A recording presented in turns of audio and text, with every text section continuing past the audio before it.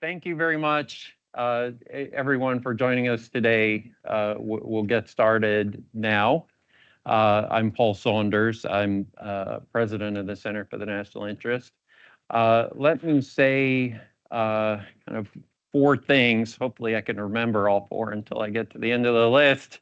But before we start here today, first, why am I sitting here and not Ambassador Halazad? And the answer to that is that Ambassador Halazad was on his way back from Iraq and didn't make it all the way.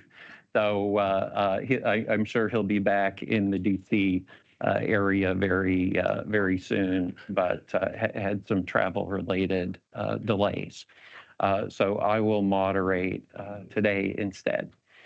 Secondly, thank you very much to Microsoft for providing us with the conference space today. It's a facility that we often use at the Center for the National Interest. Many who have been to our meetings over in the center's office building know that we moved offices and now we're using like a shared conference space that the landlord built for the tenants, and we don't get to be there every day. So we're often here in those circumstances.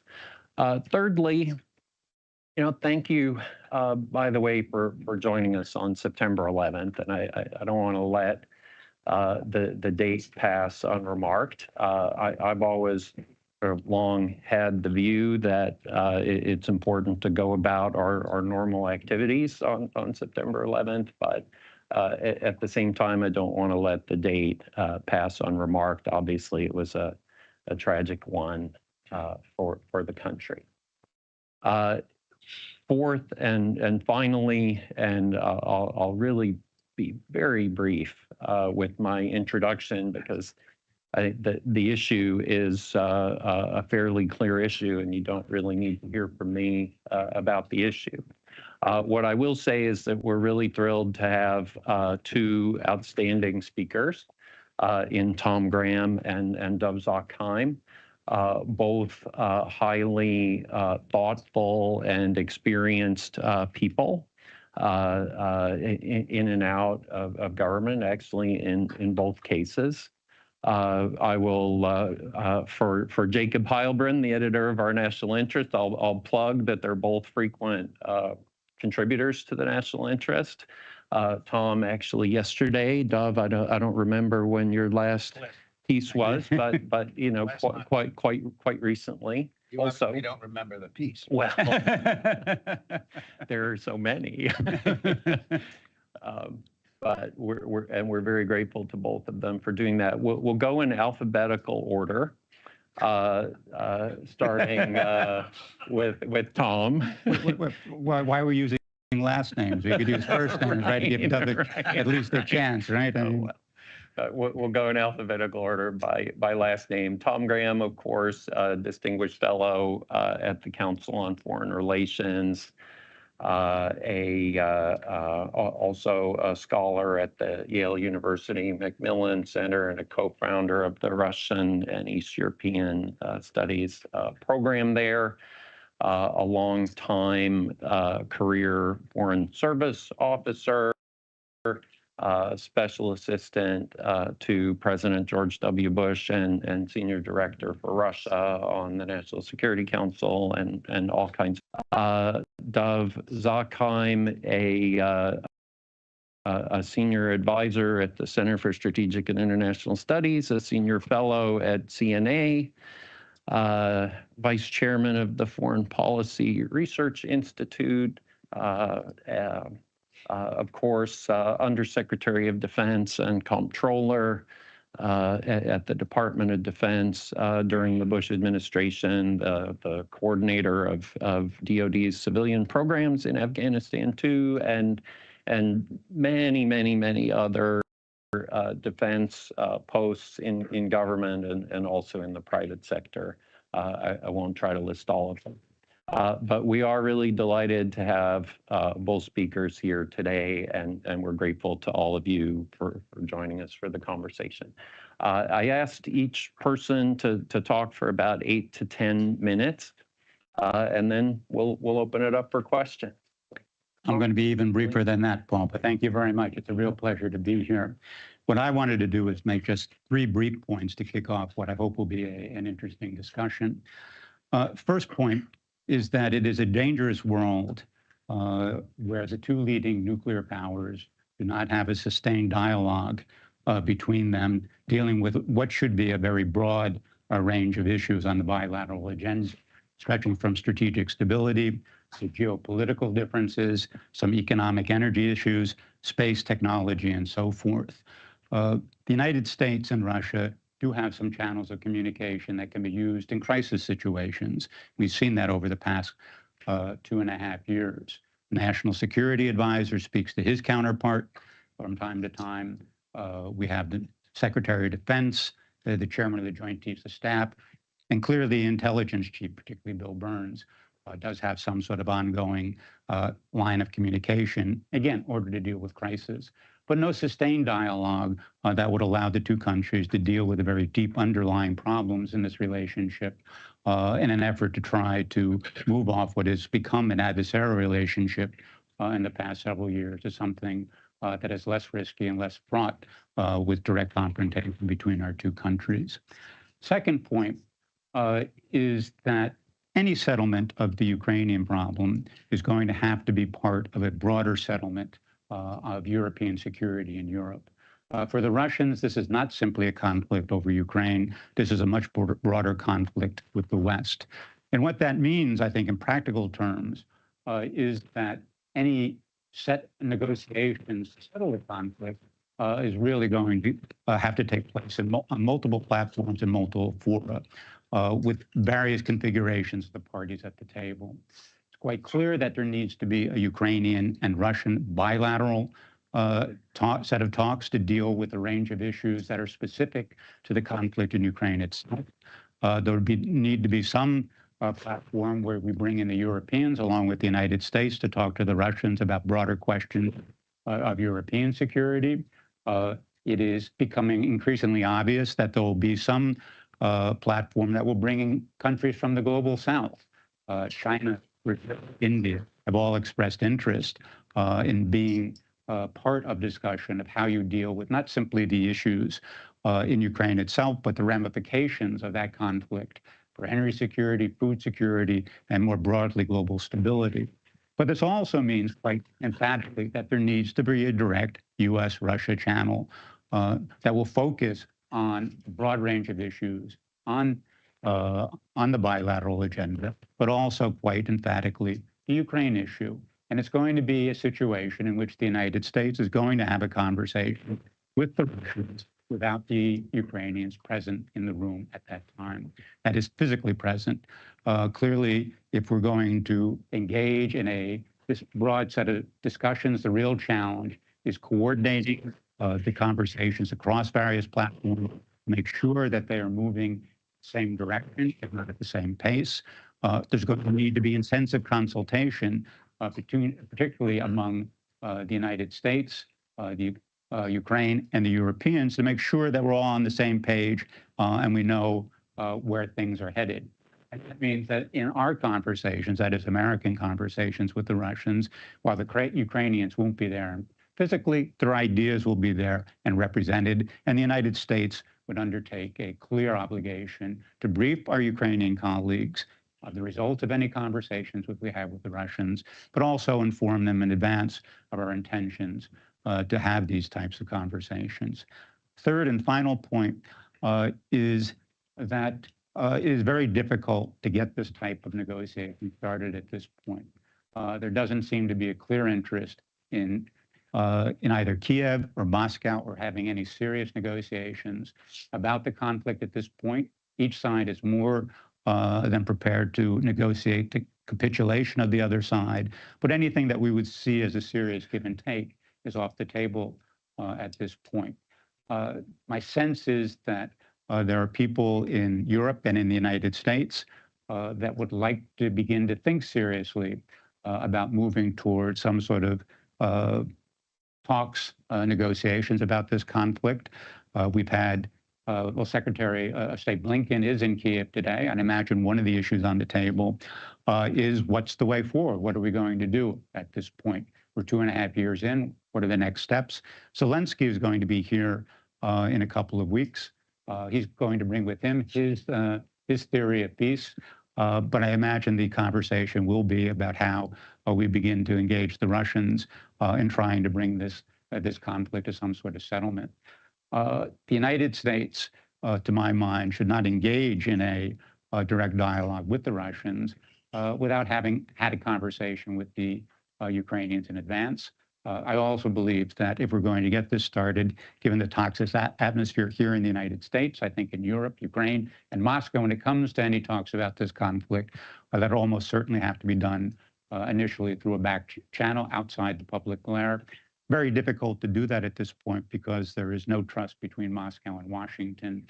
And if I were sitting in the administration at this point, one of the things I would be concerned about is how the Russians could do any misuse any effort by us to begin a serious talk about Ukraine, to discredit us, to undermine our positions with our allies, and particularly with the Ukrainians. And that, again, is one reason why all of this needs to be done in close consultation with both Ukraine and our European allies. That's it. Thank you. Thank you. Thank you. I think a great start. Dov. Well, first of all, again, I apologize for you guys watching me eat my lunch, but I was late. I have a lot of respect for Tom, and I actually agree with him on points 1 and 3. Point 2 that bothers me, the idea that we should be negotiating with the Russians over the fate of Ukraine. Yes, we could consult with them. We could work closely with them. I heard all of that when we were saying that about Ashraf Ghani. Same thing. We were going to consult with them. We were going to tell him what we were up to. But when I looked at the agreement that Zal signed, I didn't see Ashraf Ghani. And the Taliban, of course, broke the agreement, as we well know. I have a lot of problem with the agreement. I have a lot of problem with the Biden people saying that they're bound by the agreement, since the Taliban folks weren't bound by anything, it seems. There's another problem that I have with negotiating with the Russians. That really is what Putin wants. Putin has been saying all along that this is not a war with Ukraine. You even said that, Tom. It's a war with the West. No, it's a war with Ukraine. That's where it ends, we hope, but it is a war with Ukraine. It's not a war with us. You know, one could possibly, with a stretch, justify us talking to the Taliban because we had troops in Afghanistan. We didn't want to be shot at. We wanted a deal that would get us out of there. We don't have troops. We don't have 100,000 or 50,000 or even the 2,500 we had in Afghanistan toward the end. Negotiate. There's another problem I have. That is, there was another negotiation without the principal leader of the country involved. And that was the Munich deal. And what did Chamberlain and Daladier do? They basically convinced Eduard Beneš that the best thing in the world for Czechoslovakia was to give up the Sudetenland, and it would stop there. So suppose our great negotiators, and by the way, I don't have much time for how we've been treating Ukraine anyway, because we won't let them use our long-range ATACMS to hit Russian targets. And we keep saying, well, we can't send you Patriots because of World War III, and we can't send you tanks because of World War III, and we can't let our allies send F-16 because of World War III. And then when we finally get around to doing it, I haven't seen World War III. And Putin knows damn well that if he fires off a nuke, he doesn't know how that'll end, other than perhaps him disappearing off the face of the earth. He just doesn't know. So we have been undermining the Ukrainians to some extent, to the point where a lot of people believe we don't want the war to end at all. Now, I think we do want the war to end, but I can't understand why we don't give them what they ask for. And Zelensky's going to be I don't know what we'll ask Zelensky, but I know Zelensky's going to be asking us, as he has over and over again, give me the wherewithal to hit the Russians inside Russia. Give me the F-16s I've been asking for 2 years. Give me the long-range ATACMS I've been asking for, and so on. And so if you look back to 1938, we told Benesh, hey, it'll work out. How do we know it'll work out? How do we know it'll stop when Putin turns around and says, fine, I've got a deal, and whoever's the president of the United States comes back waving a paper? We don't know that, especially as if you look historically at what he's doing. And by the way, you all know that he moved the National Archives to the presidential office and has been bombarding them with finding out every detail about every Russian agreement.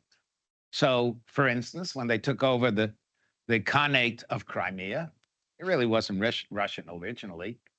It was a Khanate. It was Turkic. What did they do then? They made Georgia a vassal state.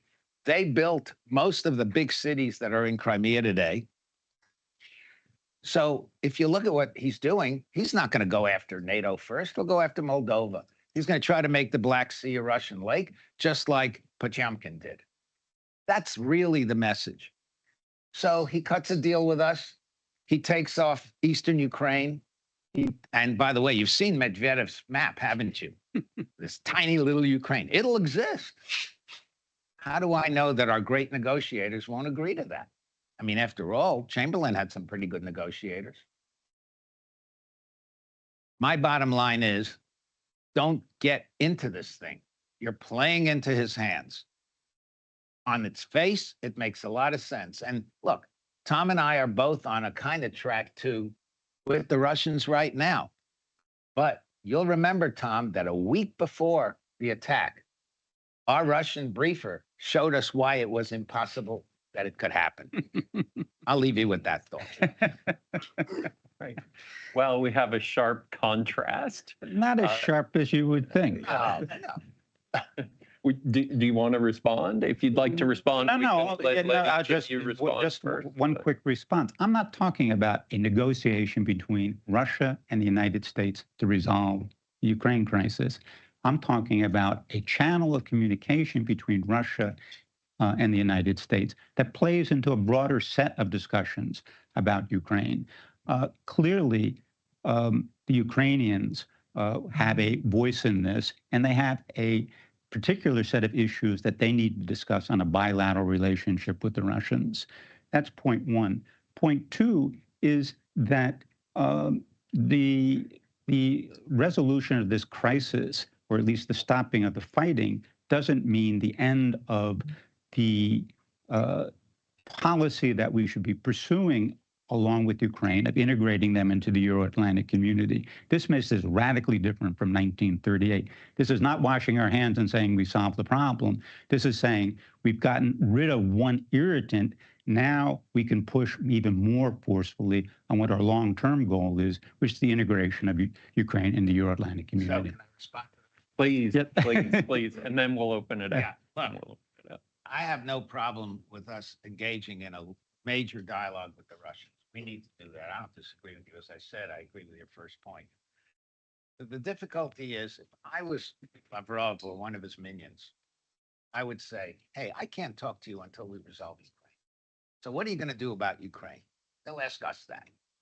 And they'll put us on the spot, because that's what a good negotiator will do. And I've negotiated a couple of things in my time too.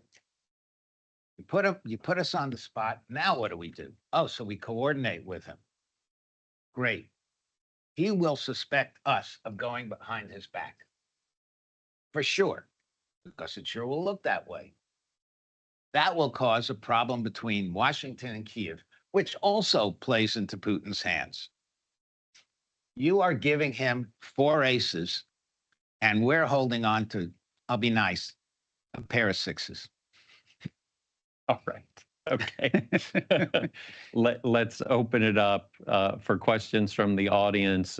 My colleague has a microphone. Please use the mic, because we are recording. We're on the record. Also, We're on the record. If that's not obvious already, and please identify yourself when you Let have me just your say one more thing. question. I am speaking for myself, not for CSIS, not for CNA, not for FPRI, not even for the Center for the National.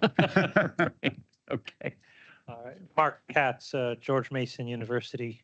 I guess the question I have for both of you is, what do you envision the terms of any kind of deal? It seems to me that sort of the choices are ceasefire in place or ceasefire with some Russian withdrawal or some Ukrainian withdrawal. In other words, there has to be some territorial aspect of it. And it strikes me that we have some leverage in the sense that if they're willing to give up the territory that they conquered, we can roll back all the sanctions since February 2022. If they don't, then we need to keep them in place. It strikes me that has to be some trade-off between territorial control and Western sanctions. And what else would be in the agreement? Thanks. For the terms. Want me to go first? Yeah. Well, I wrote something for The Hill quite a while ago, sort of like April of 22. Let's leave Crimea aside for a second because the Khanate hasn't been around since the 18th century. Okay, so, and we know what Khrushchev did. And so Crimea, I think the Ukrainians have a relatively weak case, other than they had a piece of it. It was theirs until 2 years ago. Clearly, we'll have to figure out what happens with Eastern Ukraine.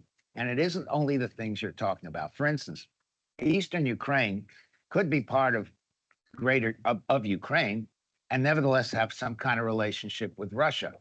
What's the precedent? The deal between East and West Germany, which essentially made East Germany almost like a part of the European Economic Community, as it was then called. It was a special deal, a special agreement, and the East Germans could pretty much trade with everybody in the EEC. That's a possibility. Obviously, the Ukrainians now have Kursk. I think that I've heard many people say over and over, look how small Kursk is relative to the size of Russia. Yes, but Kursk is the scene of the greatest Russian victory in its history, greatest tank battle fought ever. I don't know how that plays psychologically with a man who's constantly bombarding the archives to see where Russia's been. So the Ukrainians have something to trade there. It seems to me that a deal is possible. The Ukrainians are going to have to give up some form of sovereignty to the east. They may have to give up Crimea, but apart from that, the Russians will have to give them something on the Black Sea if it's not Crimea. And the Russians will have to back off from Donetsk and Luhansk to the extent that they want Kursk back. And Zelensky's made it very clear that it's only a bargaining chip anyway. Oh, okay. He's laid out the solution. Look, I mean, the question always comes down to what can you negotiate? We know what has to be on the table. The cessation of fighting and how you're going to monitor that.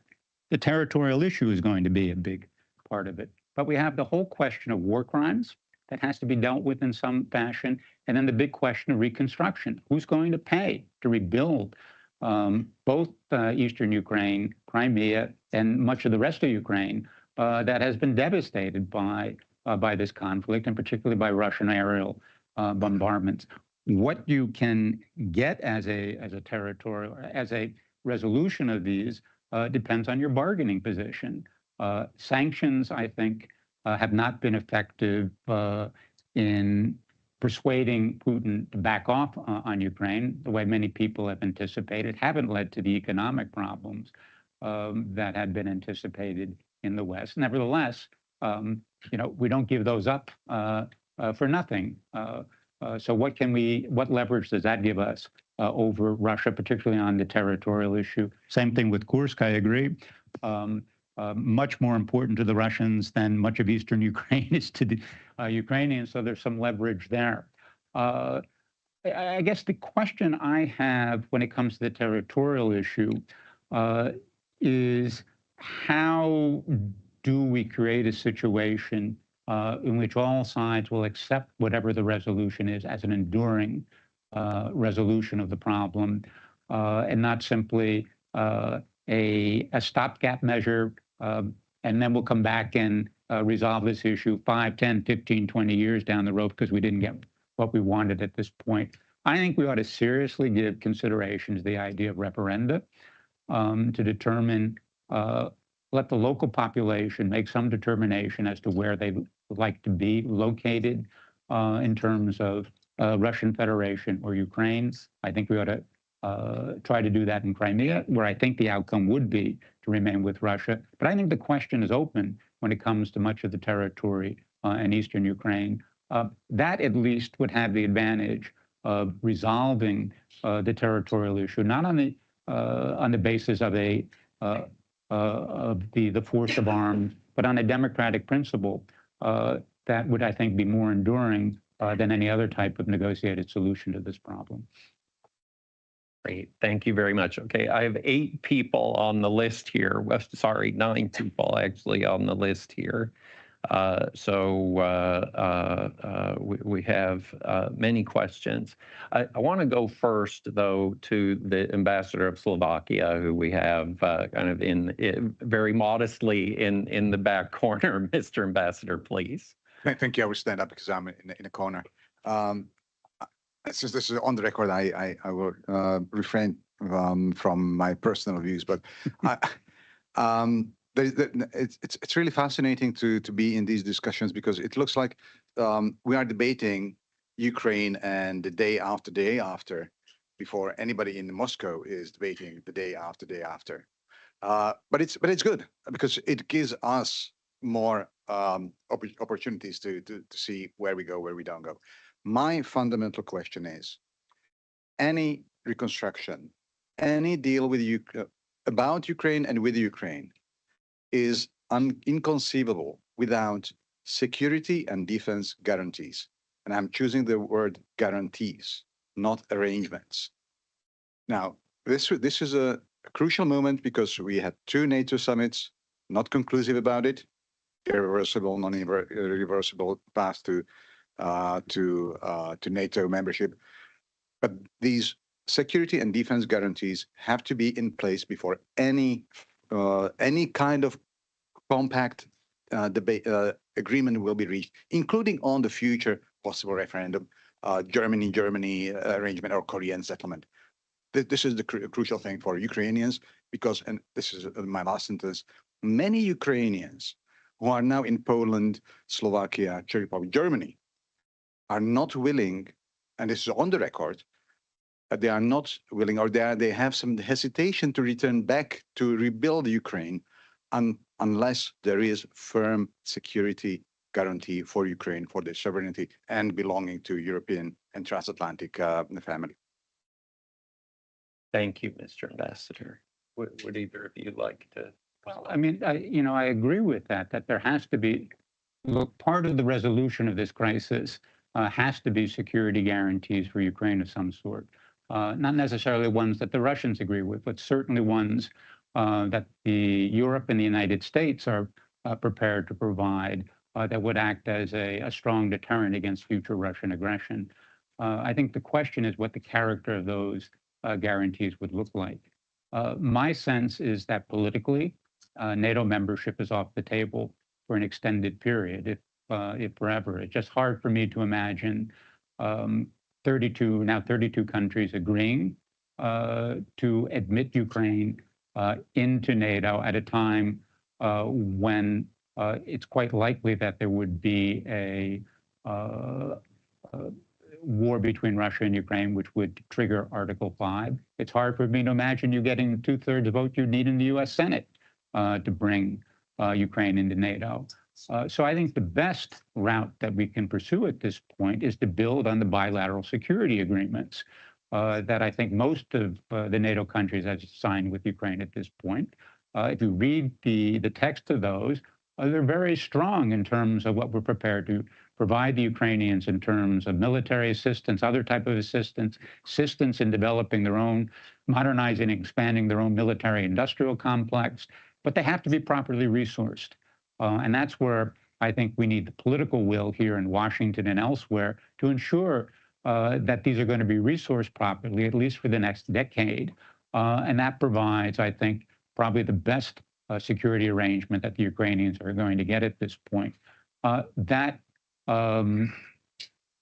connected with what I think is going to be critical as well, the best air defense that we can provide the Ukrainians to give confidence that you can begin to invest in Ukraine and not worry about Russian attacks on cities and critical infrastructure. I think that is something one ought to think of even as the conflict is ongoing, as a way of getting a jump start on future reconstruction. But that will be a critical aspect to giving potential investors confidence that they can invest in Ukraine going forward. I agree with much of what Tom just said. A couple of additional points. Tom, first of all, correct me. Have the Germans given them the security guarantee that the Brits and the French have? I don't believe they have. So no. And okay, so Ambassador, you're confirming what I thought. Without a German guarantee, the Germans give the Russians more pause than anybody else. We know that. Okay. After all, Danzig had a British and French guarantee.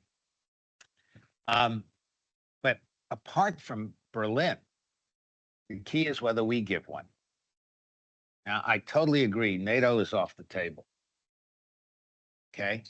I'll get to reconstruction in a minute.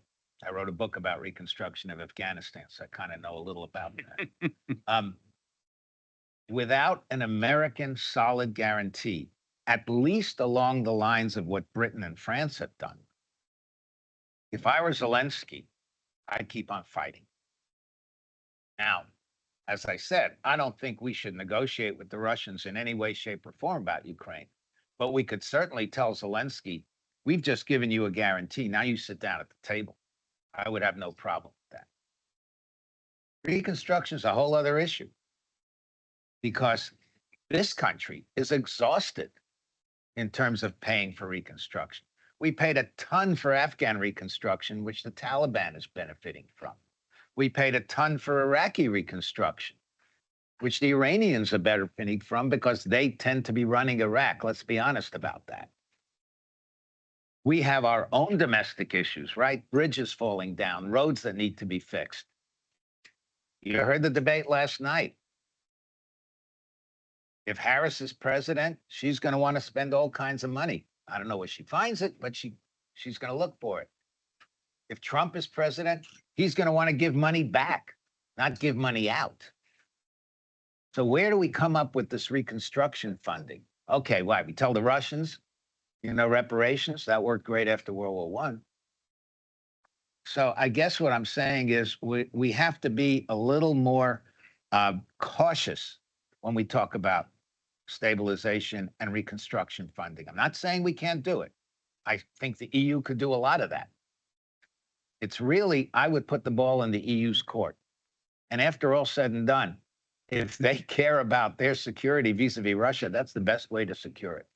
Dov, could I just jump in here? Please. I don't know if we have a disagreement on this at all. One of the places you would find the money for reconstruction is the $300 billion of Russian reserves. Some people want to use that as a way of funding Ukraine. At this point, I would hold that in reserve for putting pressure on the reconstruction side. But I think you're right. The Europeans have to do a lot of this. But we also have our Japanese, South Korean allies that would have an interest in it as well. There are other places to go for the money. I agree with you. It can't be primarily from the United States. A lot for Iraq and for Afghanistan. So I don't know how much more they're ready to kick in, especially now their economy is starting to slow down again. In terms of Russian reserves, I think you're right, but I wouldn't take all of them. Because if you do that, you're creating another argument for revanchist Russia. We just have to be judicious about this.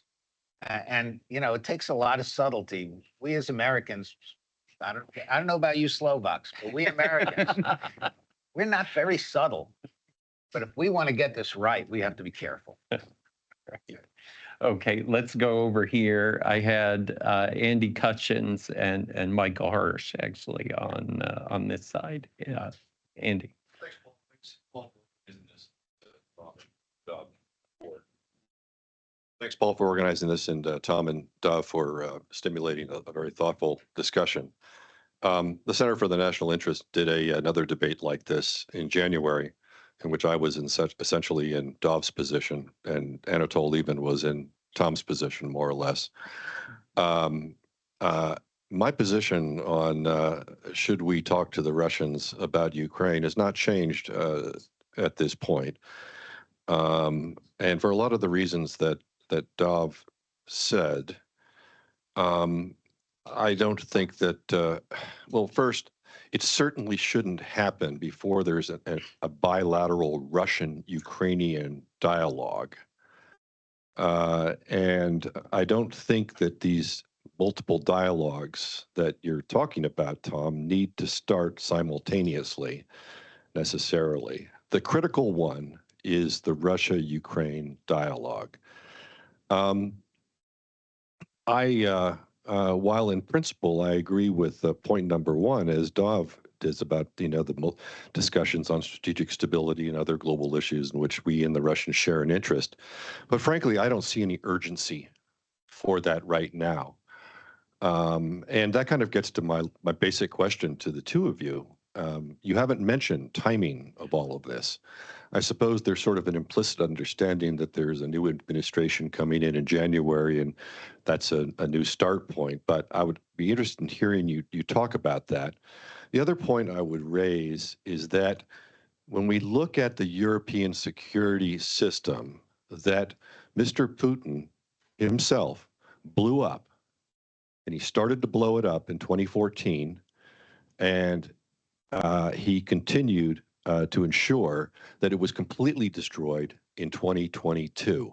Now, Tom, I read your CFR piece, and you noted rightly that, well, you put the start point for this European security integration discussion going back to the CSCE, OSCE, okay, 50 years ago. That's 40 years blown up. I would start it at least in 1969 with Willy Brandt's Ostpolitik. And if we were going to put it into a broader discussion, or look at the strategic stability side of that, well, then I would go back to probably 1963 and the Comprehensive Test Ban Treaty. So this is 50 to 60 years. And by the way, Putin did the same thing on European economic integration with Russia, blew up 50 plus years of cooperation, his own decision. I think I don't know, it kind of strikes me as a little fanciful that we're going to be able to reach any significant agreement about a broader European security architecture anytime soon. And if we look at the history, the lengthy period of time that it took us to get to what was blown up starting 10 years ago. So thank you. Thank you, Andy. Why don't we, since we have 27 minutes and 8 people, why don't we go, sorry, Jordan, next Was that a question? to Michael. We'll kind of take two together at a time. Over here, Michael. Thanks, Michael Hirsch with Foreign Policy Magazine. So whenever you talk to Biden administration officials related to this, it's pretty standard for them to say, we're not going anywhere on negotiations or anything else until Zelensky and his government say so. So setting aside the question of whether there ought to be negotiations now or in the near future and what the nature of them should be, do you, either of you, think that the U.S. has effectively delegated its strategy to Kyiv, to Zelensky? And if so, do you think that that's dangerous?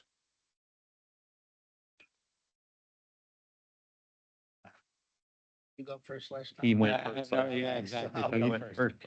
Okay, on the European security architecture, it depends what you mean by that. We've got a mess because we don't have a new START, really. We don't have an INF agreement. We don't have just about anything with those guys.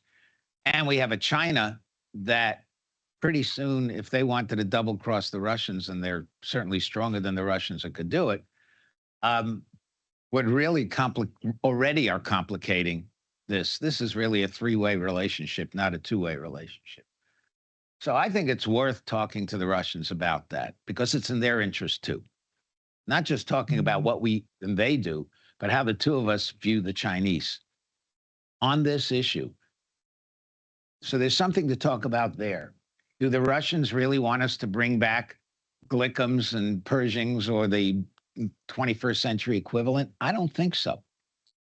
That's why they negotiated in the first place, because they had the backfires. They had the SS-20s. They had all that. So if we're careful about the subject matter of what we are discussing, I think it's okay. If it gets too broad, if it gets too fanciful, they'll exploit it for sure. Very quickly on have we delegated to Ukraine?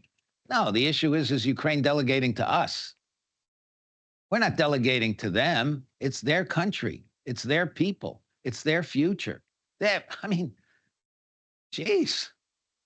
If anything, if we took it over, they'd be delegating to us. Would we want to delegate our future to somebody? I agree with Dov on the last point. In any event, in terms of, I think, our own public posture, there should be no light or as little light between us and the Ukrainians as possible on what the end goals are of this. Obviously, we should have very intense private conversations as to what we believe is possible, be honest about what we're prepared to provide, what we think can be accomplished with that. But the last thing we need is a public split between Kyiv and Washington, between Kyiv and NATO on this. So this has to be, I think, handled with great delicacy. On the issue of European security architecture, well, let me first talk on the issue of timing. I think any time you can begin a discussion with the Russians is good. I don't think you're necessarily going to lead to solutions. You need to have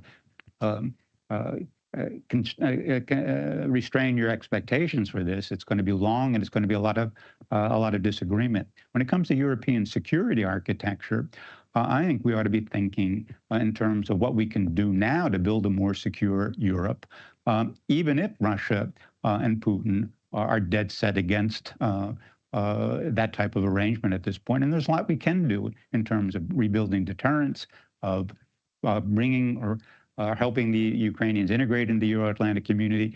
My point is that we need to have a long-term vision of what we're trying to do and how we put these things forward during a period that is probably going to be met with a great deal of resistance from the Russians.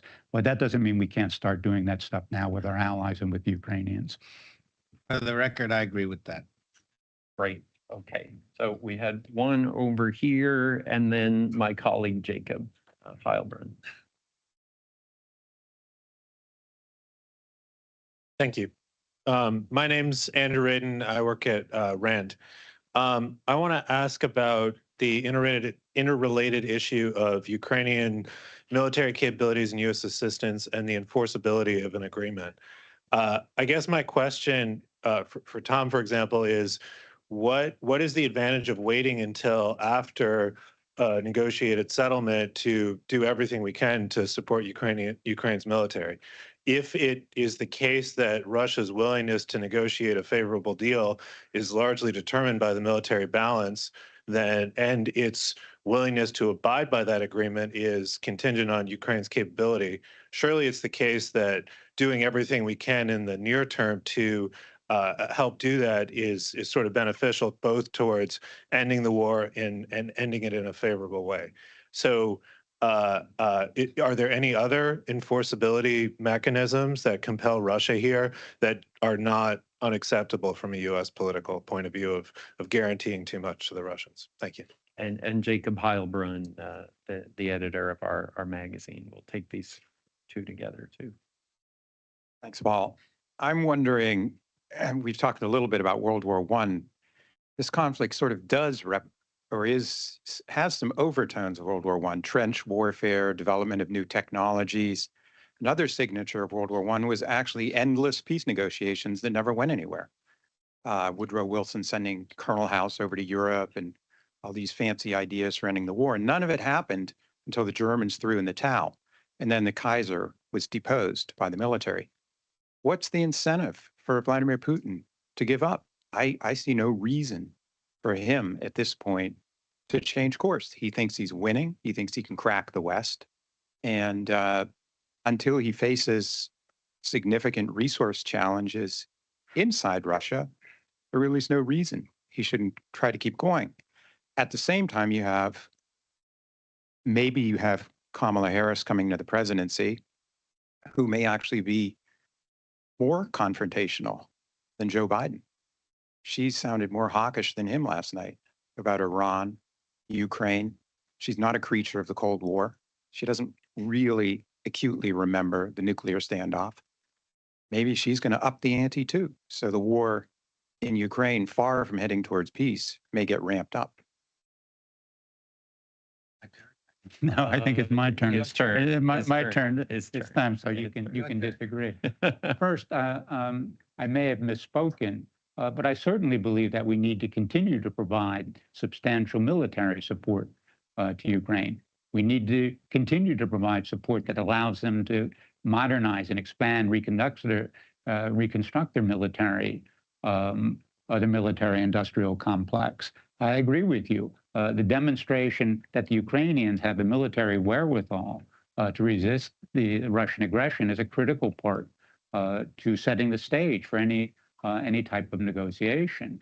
This gets to answer to your question, Jacob. I don't think the Russians have any incentive to negotiate at this point.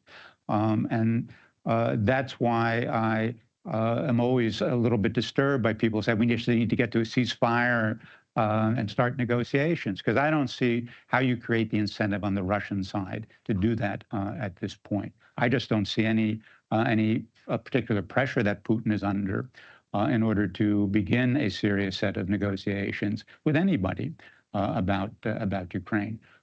That's why the first step here is to continue to provide the Ukrainians with the wherewithal they need to continue this conflict. Now, where we may have a disagreement is on what we think the appropriate Ukrainian strategy should be at this point.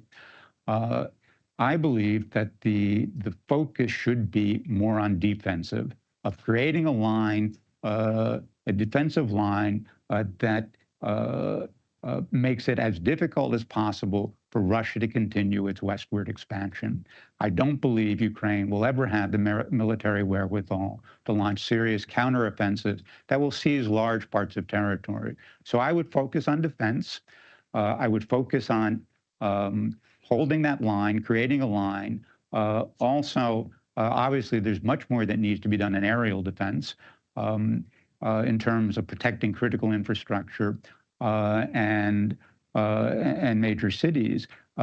And as that is going on, continuing the political and economic processes that are needed to integrate Ukraine into the Euro-Atlantic community. What we need to demonstrate to Putin is no amount of military force that he's prepared to apply is going to improve his situation on the battlefield, nor is it going to improve his strategic situation vis-a-vis Europe. That then creates the conditions for a negotiation. But as I said, we ought to be doing all the things necessary to reach our strategic vision now, even while we understand that Putin is not in a position or is not at a point where he really wants to have a serious negotiation to end this conflict. Well, I think the answer to your question, you just heard one answer, which was Ukrainians can't do very much on offense anyway, not to move Putin's needle. So let them play defense. Well, they've been playing defense for 2.5 years, and they keep losing a little bit of territory in Luhansk and Donetsk. They haven't really pushed them back till this latest seizure of the Kursk region. That essentially, what Tom laid out is the administration's position. We'll give you stuff for defense. We're not going to give you stuff to go and hit them. I don't think you're going to get Putin to agree to do anything just because the Ukrainians are stopping it. He's now going to be spending 40% of his GDP on a war economy. He can still throw people into the fight. Ukrainians can't lose anything like the number of people the Russians can afford to lose. Playing defense is not going to win it for the Ukrainians. I don't think it's going to solve their problem at all, unless Ukraine can go in and make it costly for the Russians, not just inside Ukraine, but in Russia. Then there's a possible chance that Putin might decide, okay, I need to start thinking about talking to these folks. Without an offensive capability, I don't believe he'll do it. Why? Because he hasn't done it until now. As for World War I, actually, there are a lot of people who say the reason the Germans lost World War I was because the Spanish flu hit them first. And no, this isn't a joke. I know. The Spanish flu hit the German army first, and they were in a poor position to keep advancing. The Brits and the French got hit by the Spanish flu after the armistice. So, disease lucked them out, I guess. So your basic point about, well, negotiations just have went on and on in World War I. Yeah, I think if there's no clear reason for either side, and this is what happened in World War I, to see a reason to give in on anything, yeah, they'll talk, but it won't mean a damn thing. And so if we were to start talking to the Russians, and the Russians don't see a reason to give in, what good is it really doing us or Ukraine? All right, thank you very much. So now we have Ariel Cohen and Wayne Mary. Thank you very much, Ariel Cohen, the Atlantic Council. A couple of observations on current policies. I think the current administration never formulated its vision for Ukrainian victory. We said that our policy is prevent Russia from winning. That's not the same as Ukrainian victory. I pushed in closed-door meetings some senior administration officials to elucidate what such victory may look like. And no. Second, I was at Carnegie yesterday at a presentation of a very good book by a journalist who, among other things, said the Biden administration was so concerned about inflation that when the Europeans, of all people, were willing to stop importing Russian oil, we said, no, no, no, no. We'll put a ceiling and we'll continue flooding the market with Russian oil, kind of like what they did with Iran. So guess what? When you have an aggressive power with aspiration of regional domination like Iran or Russia, and they are piling up their reserves, they continue their policies that they're committed to. But the real question for me is, even before the big invasion, I published an article in The Hill saying Putin's agenda is going beyond Ukraine. And we saw it in the December 17, 21, what I call the Putin ultimatum for security arrangements in Europe. It's about changing the balance of power in Europe. It's about changing the balance of power in the world. And since the invasion, we saw the cooperation of Russia, China, Iran, and North Korea are only growing. So my question to you, gentlemen, is what happens if this concern of ours to stop the war now goes ahead? What does it do to this quadriga, as the Germans would say, the four-power arrangement of Moscow, Beijing, Pyongyang, and Tehran in their attempt to sort of shift the global balance of power? And I probably should stop here. Thank you, Ariel. Wayne Mary. Thank you. Wayne Mary, American Foreign Policy Council. Just on one territorial issue, Crimea. About a year ago, my organization became concerned that people were talking rather casually about Crimea in terms of a settlement. And so I got commissioned to write a book on this subject, booklet, short. which we published last October. And the fundamental message is Crimea is different. In any settlement, Crimea is going to complicate things in ways that none of the parts of the Donbass will. Part of this is historical, part of it's ethnic, part of it's emotional. In my years in Russia, I encountered very few historic issues that were more emotive to Russians than Crimea. The two sieges. Siege that Tolstoy wrote about, and then the Tolstoy in the Second World War, for reasons that, and you have to know a Texan to understand why they give a damn about that little thing called the Alamo, but they do. The thing about Crimea is that it involves two populations, one of which was either ethnically Slavic, most of which has been moved. So to do a referendum would require finding people who are no longer in situ.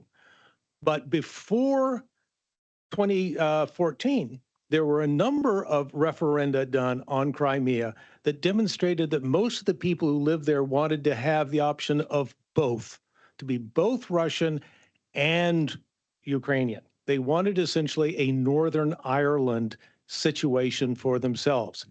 But then there's the other population, the Crimean Tatars. And what they want is neither. They don't want to be under Russia, but but for them, Ukraine is an identity of convenience and temporary. They don't want it either. So I'm just saying, Crimea is different. It's complicated in ways that Northern Ireland or Northern Cyprus is. So when you settle all the rest of it, Crimea will still be there to complicate your lives. You got the first step of it. Yeah, Okay. it's you, Dov. So, in the impact of a deal on the bad guys, obviously, any deal right now or in the foreseeable future. No, by the way, you said Harris was tough on Iran. She didn't say a word about getting rid of the waivers, so she wasn't all that tough. I mean, the whole debate was so superficial when you came to foreign policy, but that's what debates are about. Clearly, you are seeing, this coalition of the bad guys, who will look, all of whom will look at what happens to to Ukraine, as it might impact on Taiwan. It might impact on support for Hezbollah, Hamas, and the militias in Iraq, and the Houthis. Of course, they're going to, and it'll certainly affect how Kim Jong-un thinks about reuniting with the South, as opposed to simply defending his own country, and obviously reuniting with the South under his domination. So they're all going to be looking at this. They'll all be looking over the shoulders of the negotiators. And frankly, if our timing is off, if, as you said, Tom, there's a split between us and Kyiv, not just one government's going to exploit it, but all four will. So that's my take on that. On Crimea, you're absolutely right. That's why I thought I had said you kind of need to leave Crimea aside if you want to start working a deal out, because of all the reasons you gave. I don't know how you go and reach out to all the Tatars. I mean, Stalin started moving them out, and who knows where they are today. But the rest of them are around. And so there is an issue there. It's highly emotional, as you said, for the Russians. Actually, it's probably more emotional for the Russians than it is for the Ukrainians, which already indicates that something is possible there. And maybe you need a new George Mitchell, but I would set it aside and try to fix everything else first.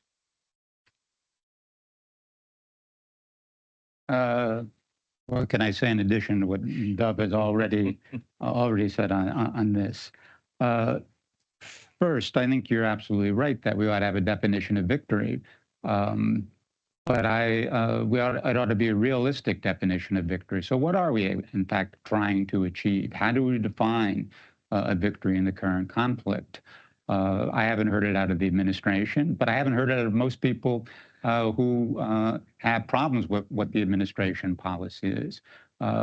I would argue that what we should be trying to achieve, how we define victory, is the emergence of a strong, prosperous, independent Ukraine integrated into the Euro-Atlantic community. That doesn't mean it has to be Ukraine that occupies all the territory that was internationally recognized as 1990 in 1991. That is a definition of victory that goes beyond simply what happens on the battlefield. It goes towards what happens domestically in Ukraine and its relationship with the European Union and the Euro-Atlantic community. That's a multi-year project that we ought to be thinking about in terms of how we resource that, how we do that over the long haul. I think if you reach that type of end game, that doesn't become a victory for Russia, even if they hold on a certain amount of territory. Certainly, it's a strategic defeat for Russia, given, as you pointed out, what Putin's goals were when he issued the draft treaties, as they call them, security treaties, in December of 2021. And I think that would have, if we were able to move in this direction, also a sobering impact on the capitals of the other countries that are now more in strategic alignment with Russia. Final point on this, and I think here I would disagree with Dov. I think there are still significant contradictions among these four countries that we are putting into a strategic alignment at this point. And there ought to be a clever way of playing on those differences, as opposed to assuming that they're all going to be together and are going to be pushed together. There are differences between Russia and China that we know of. There's certainly differences between Iran and Russia, even when it comes to the Middle East. And we ought to be thinking about those and how we can exploit them. On the Crimea issue, I agree with Dov. I agree with you, Wayne. This is going to be one of the most sensitive issues. I do believe it is much more important to the Russians than it is to the Ukrainians. The Crimean Tatars are obviously a complicating factor here and have deep roots in that country and a very tragic history associated with that. But you know, that's the reality that you have to deal with, and we'll have to find some sort of resolution of that, and particularly its territorial location as part of a longer range resolution of the Ukraine conflict, but also European security. Before moving on, I'll just note that my colleague Greg Priddy is producing on a monthly basis an email newsletter that tracks the China, Russia, Iran, North Korea kind of interactions and differences among one another for any who are interested in that. So it's 1:27.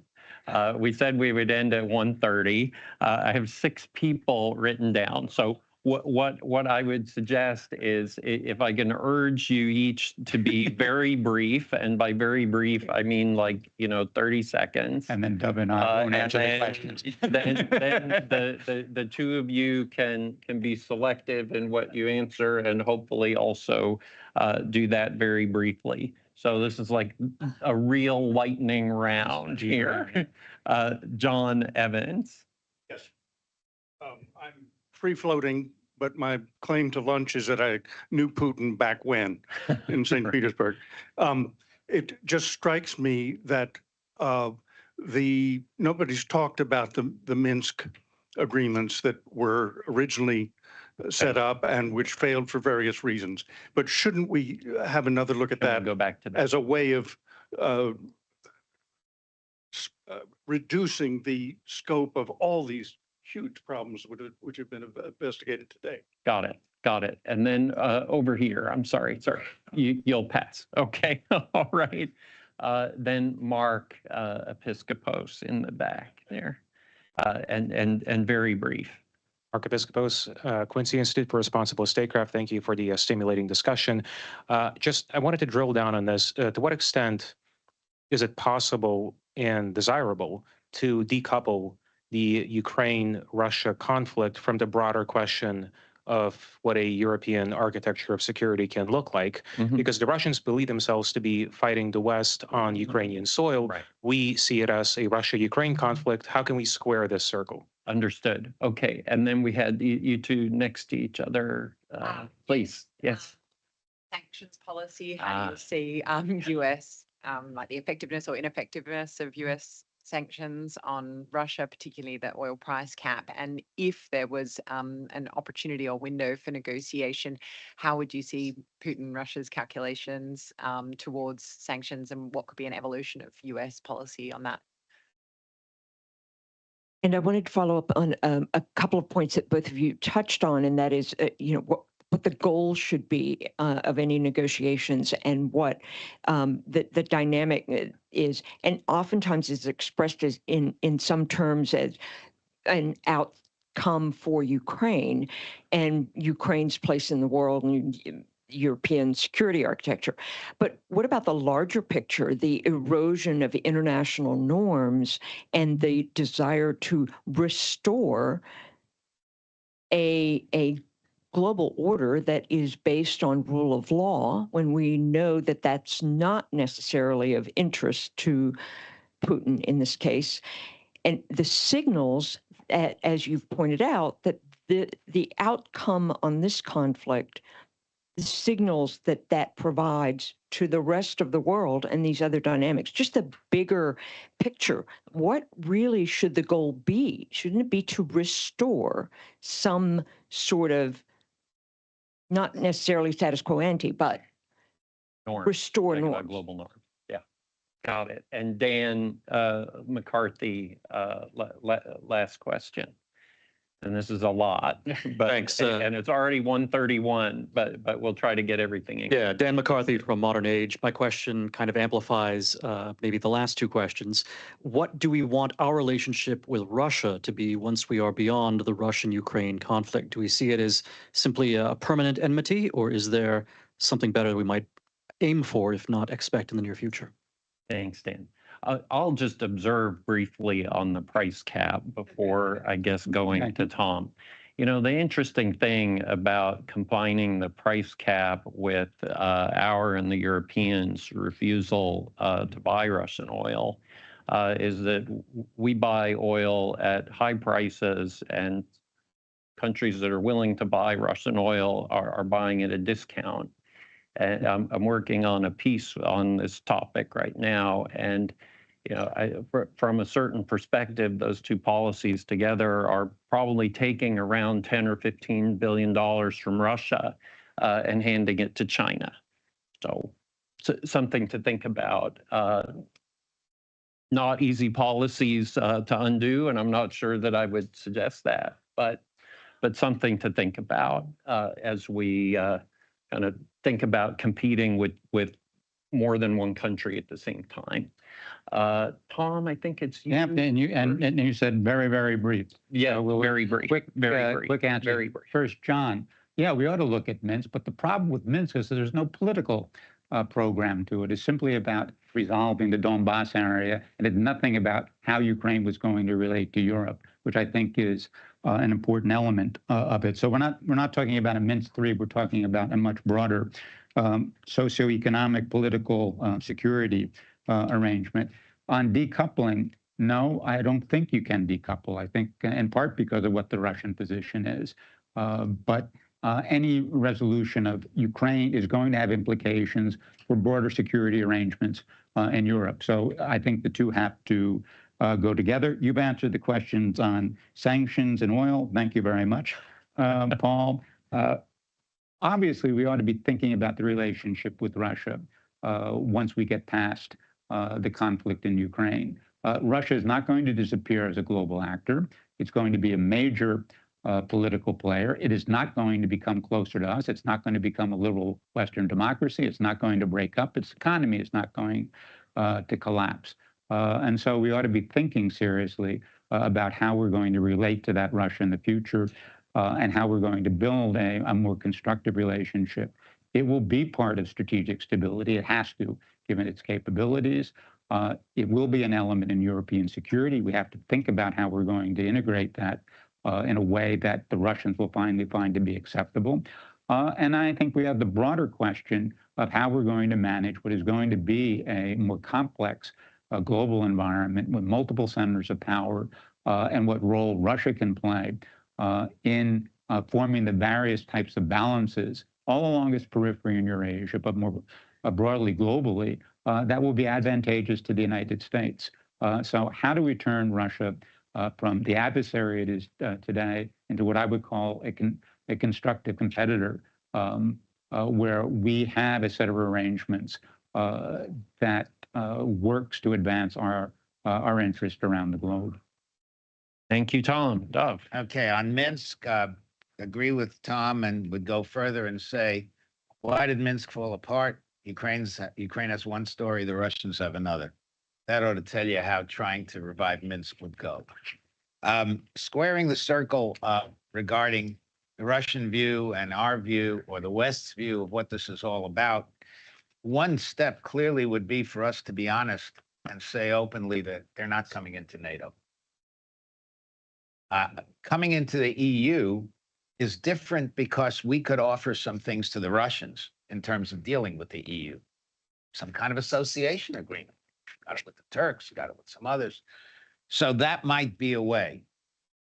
I don't know that it'll succeed, but you might want to throw that into a negotiating mix that goes beyond just Ukraine and Russia resolving the war itself. You do have to think about what's the day after the resolution of that war. And this would be part of it, I think. Sanctions are not effective. I'll stop there. Well, have they been? No. Ask Putin. He's doing pretty well with Russia and China. I mean, let me not waste your time. The international norms. The problem with international norms is that the Russians and the Chinese in particular don't buy into our set of international norms. It's not that the Chinese, and here it's mostly the Chinese, it's not the Chinese want to overthrow the norms. They want to be in charge of them. And the Russians are quite happy to have the Chinese in charge of them because that'll work well for Putin as well. So we're talking past each other on that one. And until we can figure out some middle ground, which brings me to the last bit about the relationship with Russia. I don't think that we'll ever have a fully constructive relationship with Russia. It's just not going to happen. And the reason it's not going to happen is because they see themselves as an empire manqué, and they see us as one of the empires that replaced them. And that is something they just cannot live with. And it doesn't matter if it's Kerensky, or if it's Lenin, or if it's Gorbachev, or if it's Putin. Yes, they'll deal from a position of weakness, but they're not giving up the sense of empire. And oh, by the way, ask the Chechens if it's not an empire. All right. Well, thank you very much, both of you. I think that was a very broad and rich and sophisticated conversation. And I'm grateful to both of you for doing it. And I hope that all of you will thank them as well.